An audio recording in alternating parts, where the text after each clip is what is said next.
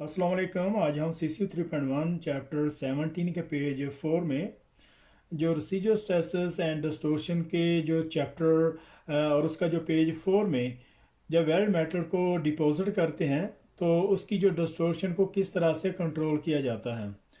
तो यहाँ पे उसको बेल्सिन वेल्डिंग और सीकस वेल्डिंग में या फिर उसको जो है वो बैक स्टैप वेल्डिंग करते हैं, या फिर उसका जो कॉन्ट्रैक्ट है जिस तरह से उसका जो हल किया जाता है, उसका जो तोड़ किया जाता है, जो भी उस पर फार्मूला लगाते हैं ताकि जो उसकी जो डिस्टोर्शन है वेल्ड करने के बाद उसकी जो डिस्टोर्शन है वो किसी भी बेस मेटल को उसकी करेक्ट पोजीशन में ले आए। तो इसके मतलब इसमें डिस्कस करेंगे। तो यहाँ से अभी हम इसको जो है वो स्टार्ट करते हैं। To contract the effect of the expansion and contraction and distortion, we can carry out one of the following technique. तो जो बेस मेटल को जो वेल्डिंग की हीट की वजह से उसमें जब एक्सपेंशन और कंट्रैक्शन बनती हैं तो उसको कंट्रोल करने के लिए कुछ जो फार्मूला है, कुछ टेक्निक हैं जो यहाँ पे अप्लाई की जाती हैं। जिस तरह से नंबर 1 में ऑफ सेटिंग है। Offsetting mean to offset the plate to predetermined angle. Offsetting mean to offset the plates to a predetermined angle as in a 1 and 2A, then showing distortion to take place to the final position of the welds as shown in 1 and 2B below। यहाँ तक इसको देखते हैं।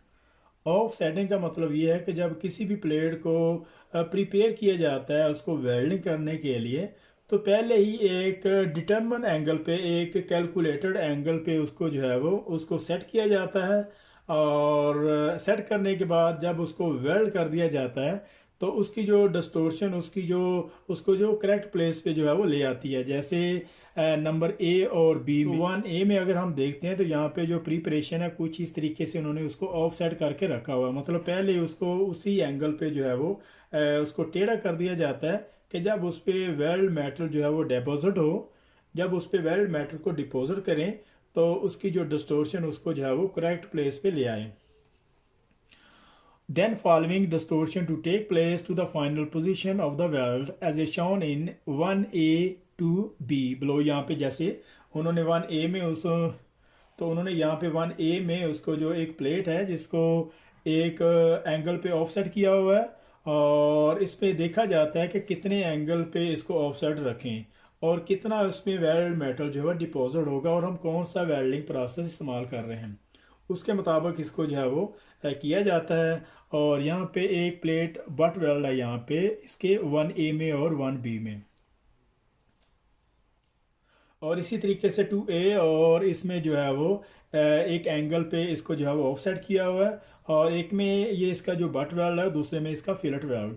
तो fillet weld में इसकी जो T joint है इसको पहले इसको प्री डिटर्मन एंगल पे इसको ऑफसेट किया हुआ है, और इसके बाद जब इस पे वेल्ड डिपॉजिट कर दी जाती है तो आप देख रहे हैं कि इसकी जो करेक्ट पोजीशन में इसकी जो डिस्टॉर्शन इसको जो करेक्ट पोजीशन में जो है वो ले आई है। तो अभी ये बिल्कुल जो है वो स्ट्रेट है, किसी तरीके से भी इसको जो सीधा करने की ज़रूरत नहीं है।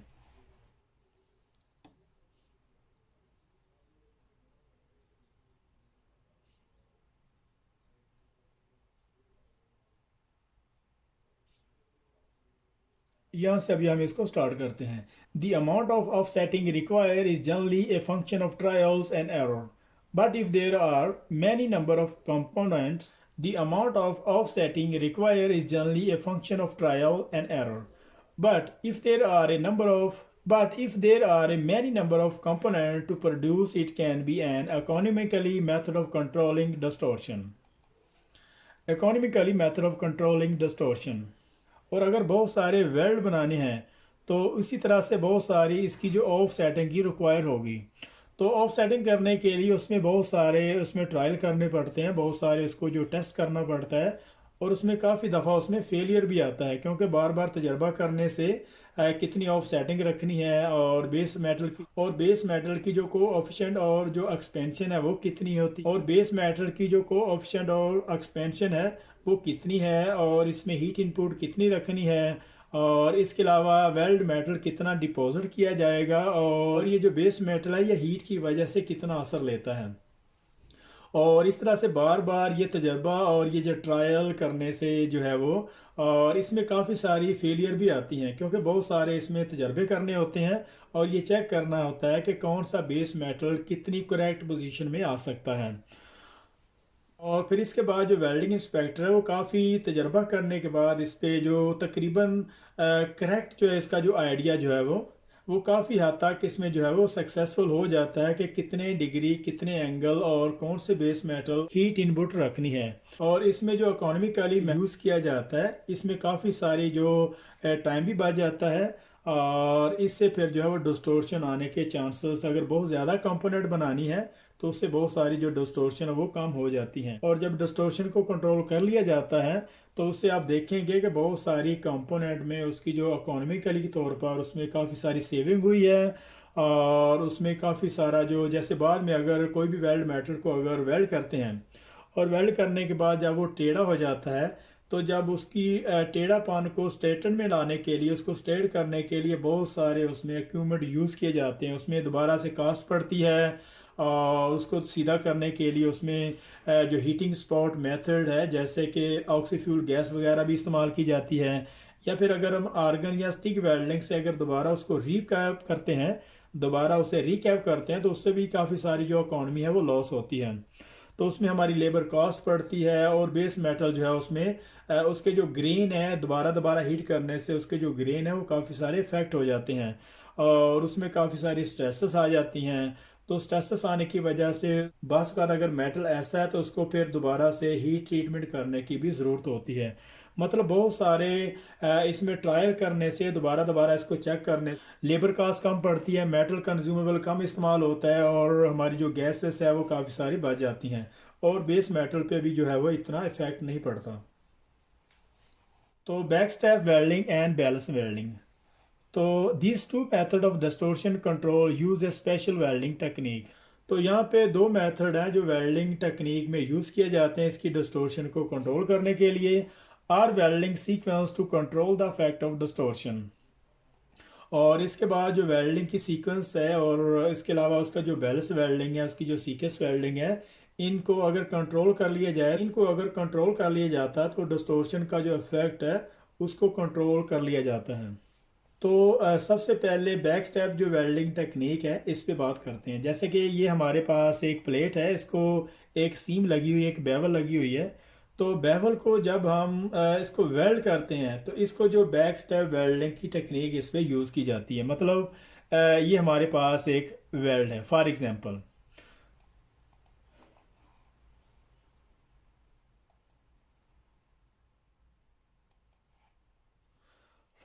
ये हमारे पास एक प्लेट है, ये हमने इस प्लेट को यहाँ तक वेल्ड करना है। फॉर एग्जांपल ये हमारे पास एक प्लेट है, इस प्लेट को यहाँ से यहाँ तक हमने इसको जो है वो वेल्ड करना है, ठीक है। तो प्लेट को जो बैक स्टेप जो वेल्डिंग टेक्निक है, तो सबसे पहले हम क्या करेंगे कि इसको जो यहाँ से इस एरिया में वेल्ड करेंगे, ठीक है। और इसके अलावा फिर इसको जो है वो इसके मिडल में कहीं पे वेल्ड कर देंगे, ठीक है। इस एरिया में इसको जो है वेल्ड कर दिया जाएगा और फिर इसके बाद इसको जो लास्ट कॉर्नर है उसको वेल्ड कर देते हैं। तो उसके बाद उसका जो मिडल जो किसी इस साइड पे इसको जो है वो कंप्लीट करेंगे इस साइड पे, इसी तरीके से उसको छोड़कर और इसी तरीके से कुछ एरिया छोड़कर यहाँ पे उसको जहाँ में, तो इसी तरीके से कुछ एरिया छोड़कर उसको यहाँ पे वेल्ड कर देंगे, ठीक है।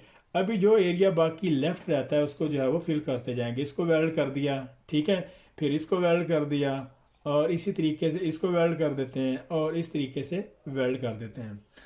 तो इस बैक स्टेप जो वेल्डिंग टेक्निक है तो इसमें क्या होता है कि वेल्डिंग में जो डिस्टोर्शन है वो आने के चांसेस बहुत कम होते हैं अगर हम इस पे बैक स्टेप वेल्डिंग टेक्निक जो है वो यूज़ करते हैं। अगर हम एक सीम को कंटिन्यूसली इसको वेल्ड करते हैं उसमें उसकी जो हीट जो है वो इस एरिया में जो है वो प्रोड्यूस होती है। फाइनली तौर पर उसकी जब हीट जो है वो एक पॉइंट पे एक जगह पे मरकूज होती है तो वहाँ पे जो है वो इसमें स्ट्रेस पड़ती है और स्ट्रेस पड़ने की वजह से उसमें जो है वो डिस्टोर्शन पैदा होती है। अगर हम इसको वक्फे वक्फे से वेल्ड करें, फॉर एग्जांपल एक ये एरिया है, इतना एरिया वेल्ड कर लिया, फिर इसको इस एरिया को वेल्ड कर लिया और उसके बाद इसको यहाँ से वेल्ड कर लेते हैं और फिर इस तरीके से इधर से वेल्ड कर लेते हैं। तो इसमें इसकी जो हीट है वो एक जगह पे फोकस नहीं रहती, इसकी जो हीट है वो डिवाइड हो जाती है और उसकी वजह से जो बेस मेटल जो है वो उसमें स्ट्रेस नहीं पड़ती और उसमें डिस्टोर्शन आने के चांसेस नहीं होते हैं। तो अब जनाब हम बात करते हैं बैलेंस वेल्डिंग और पाइप बट वेल्डर में। तो जब किसी भी पाइप या कोई शेल है अगर उसको वेल्डिंग करते हैं तो उसको बैलेंस वेल्डिंग या सीक्वेंस वेल्डिंग की जाती है। जैसे अगर कोई भी हमारे शेल या पाइप का डायमीटर है तो उसको 4 हिस्सों में हम उसको जो है वो सर्कमफ्रांस को डिवाइड कर लेंगे। पाइप का डायमीटर उसको जो है वो 3.1416 से अगर हम उसको मल्टीप्लाई करते हैं उसको सर्कमफ्रांस निकल आता है। और सर्कमफ्रांस को 4 हिस्सों में उसको डिवाइड करेंगे। और फिर क्या करेंगे कि उसको जो फॉर एग्जांपल हमारे 4 हिस्से निकल आते हैं तो उसको ए से बी के जो दरमियान जो एरिया होता है उसको जो है वो वेल्ड कर लिया जाता है। तो उससे इसका जो ए और बी के दरमियान जो एरिया है उसको जो वेल्ड कर लिया जाता है, weld 1 from A to B. और उसके बाद इसका जो दूसरा एरिया है weld 2 from C to D, बिल्कुल उसके ऑपोजिट उसको सी से डी उसका जो दरमियान जो गैप होगा उस एरिया में उसको वेल्ड करेंगे। तो अब ये होगा कि दोनों तरफ से इसकी जो स्ट्रेस है वो इक्वल है। तो अब हम बाकी का एरिया जो है जैसे वेल्ड 3 में फ्रॉम बी टू सी है और ये बी टू सी इस एरिया को जो वेल्ड करेंगे। और बी से लेकर सी तक इसको कंप्लीट करने के बाद फिर इसका जो वेल्ड 4 है फ्रॉम डी टू ए, फिर इसका जो लास्ट एरिया यहाँ पे इसको जो है वो डी से ए तक इसको वेल्ड कर दिया जाएगा। तो इस तरीके से किसी भी वेल्ड मेटल को अगर डिस्टोर्शन से बचाना है, अगर पाइप है तो उसको दोनों एरिया पे डिवाइड करके उसको जो वेल्ड कर दिया जाएगा जिससे उसकी डिस्टोर्शन आने के चांसेस बहुत कम है। अगर पाइप है या वेसल है किसी भी चीज़ को अगर वेल्ड करते हैं तो इस तरह से उसको कंट्रोल किया जा सकता है। अगर हम किसी भी बेस मेटल मतलब अगर प्लेट पे वेल्ड कर रहे हैं तो प्लेट में जो बैक स्टेप वेल्डिंग टेक्निक है इससे हम डिस्टोर्शन को कंट्रोल कर सकते हैं। और अगर कोई भी हम ये technique balance welding, sequence welding या बैक स्टेप वेल्डिंग की टेक्निक अगर जो है अप्लाई करते हैं तो उसके फ़ायदे ये हैं कि उसमें डिस्टोर्शन बहुत ज़्यादा कम होती हैं। और उसके एडवांटेज ये है कि बाद में किसी भी बेस मेटल को स्ट्रेट करने के लिए उसको सीधा करने के लिए जो बहुत सारी जो लेबर कास्ट पड़ती है और इसके अलावा जो कंज्यूमेबल वगैरह जो है यूज़ किया जाता है बहुत सारे इसका जो इकोनॉमिकली जो लॉस होता है उससे बच जाते हैं। तो यहाँ पे कुछ क्वेश्चन भी बनते हैं कि बैलेंस और सीक्वेंस वेल्डिंग को किस तरह से किया जाता है। तो यहाँ पे इस तरह से कुछ हिंट दिए होंगे तो आप देखेंगे कि उसको ए से बी के दरमियान या फिर सी डी है, फिर इस तरह से उसको जो है वेल्ड करेंगे। और बैक स्टेप वेल्डिंग में इस तरीके से ए से 2 है, 3 से 4, 5 से 6, 7 से 8 और इसको जो है वक्फे वक्फे से इसको जो है वो आगे पीछे करके इसको वेल्ड करेंगे ताकि जो हीट का जो मरकूज है उसका जो फोकस है एक जगह पे ना पड़े और उससे जो डिस्टोर्शन आने के चांसेस वो कम हो जाते हैं। और यहाँ पे क्वेश्चन एक ये भी बनता है कि बैक स्टेप और बैलेंस या सीक्वेंस वेल्डिंग किस वजह से और क्यों की जाती है।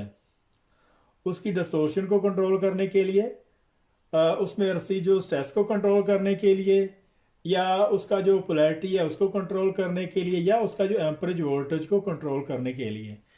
तो बैकस्टेप वेल्डिंग और बैलेंस वेल्डिंग या सीक्वेंस वेल्डिंग में जो है वो डिस्टोर्शन को कंट्रोल करने के लिए जो कॉन्ट्रैक्ट है ये जो इसकी जो टेक्निक है ये आजमाई जाती है। मतलब उसमें जो कॉन्ट्रैक्शनल स्ट्रेसेस है वो तो कम होती ही हैं लेकिन उसका जो मेन इफेक्ट जो पड़ता है कॉन्ट्रैक्शन स्ट्रेसेस का वो डिस्टोर्शन पे आता है। तो डिस्टोर्शन को कंट्रोल करने के लिए जो बैक स्टेप और बैलेंस वेल्डिंग टेक्निक जो है वो यूज़ की जाती है।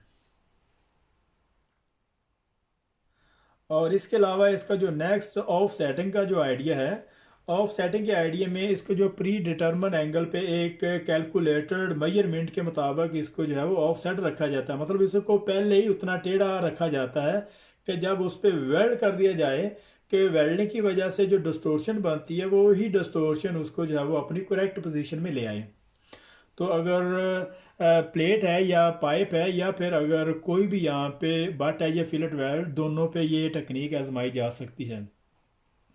तो इससे फ़ायदा ये होगा कि बहुत सारे उसमें जो अगर ऑफ सेटिंग करनी है, बहुत सारी अगर कंपोनेंट को इस तरीके से वेल्ड करना है तो उसका जो डिस्टोर्शन का जो प्रॉब्लम है वो दूर हो जाता है और उससे बहुत सारे जो इकोनॉमिकली उसका जो लॉस है उससे भी बच जाते हैं। तो यहाँ पे जो 17.4 पेज था यहाँ पे ख़त्म हो रहा है। तो मिलते हैं नेक्स्ट पेज में, तब तक के लिए अल्लाह हाफिज़।